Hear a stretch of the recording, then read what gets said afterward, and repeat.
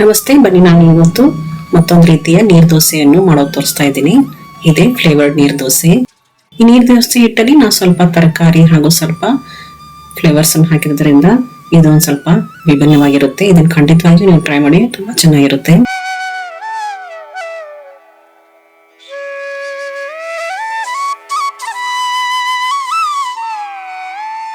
ಬನ್ನಿ ಹಾಗಾದ್ರೆ ನೋಡೋಣ ಇದನ್ನ ಹೇಗೆ ಮಾಡೋದು ಅಂತ. ಇದಕ್ಕಾಗಿ ನಾನು ಸುಮಾರು 1 ಕಪ್ ಅಷ್ಟು ದೋಸೆ ಅಕ್ಕಿಯನ್ನ ರಾತ್ರಿ ಇಡೀ ನೆನೆ ಹಾಕಿದ್ದೆ. ನೀವು ಬೇಕಂದ್ರೆ ಇಲ್ಲಿ 4 ರಿಂದ 5 ಗಂಟೆವರೆಗೂ ನೆನೆಸ್ಕೊಂಡು ಅಕ್ಕಿಯನ್ನು ತೆಗೆದುಕೊಳ್ಬಹುದು. ಈಗ ನೆನೆದಿರುವ ಅಕ್ಕಿಯಲ್ಲಿರುವ ಎಲ್ಲ ನೀರನ್ನು ಬಸಿದ್ಬಿಟ್ಟು ಇದಕ್ಕೆ ಸ್ವಲ್ಪ ಜೀರಿಗೆ ಹಾಗೂ ಸ್ವಲ್ಪ 1 ಇಂಚಷ್ಟು ಶುಂಠಿ ಹಾಗೂ ಸ್ವಲ್ಪ ನೀರನ್ನು ಹಾಕೊಂಡು ಇದರ ಜೊತೆಗೆ ಸುಮಾರು 1/2 ಕಪ್ ಅಷ್ಟು ತುರಿ ತೆಂಗಿನಕಾಯಿನ ಹಾಕೊಂಡು ಇದನ್ನ ನುಣ್ಣಗೆ ಪೇಸ್ಟ್ ಮಾಡ್ಕೋಬೇಕು. ಆಮೇಲೆ ಇದಕ್ಕೆ ಗಜರಿ ತುರಿ, ಸ್ವಲ್ಪ ಕೊತ್ತಂಬರಿ ಸೊಪ್ಪು, ಸ್ವಲ್ಪ ಕರಿಬೇವು ಸೊಪ್ಪು, ಸಣ್ಣ ಹೆಚ್ಚಿರುವ ಸ್ವಲ್ಪ ಈರುಳ್ಳಿ, ರುಚಿಗೆ ತಕ್ಕಷ್ಟು ಉಪ್ಪು ಇದೆಲ್ಲ ಹಾಕೊಂಡು ಇದನ್ನ ಕಲಿಸಿಬಿಟ್ಟು ಸುಮಾರು ಇಲ್ಲಿ 2 ಕಪ್ ಅಷ್ಟು ನೀರನ್ನು ಹಾಕೊಳ್ಳಿ.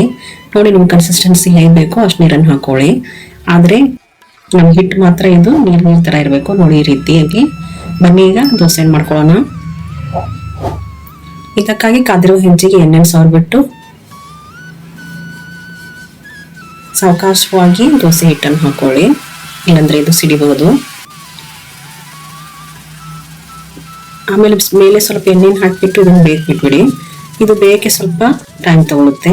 ಆಮೇಲೆ ಇದನ್ನ ಸಾವಕಾಶವಾಗಿ ಎಬ್ಬಿಸ್ಬಿಟ್ಟು 1-2 ಸರ್ತಿ ಸರಿಯಾಗಿ ಬೇಯಿಸಿ ಇದನ್ನ ಸರ್ವ್ ಮಾಡಿ.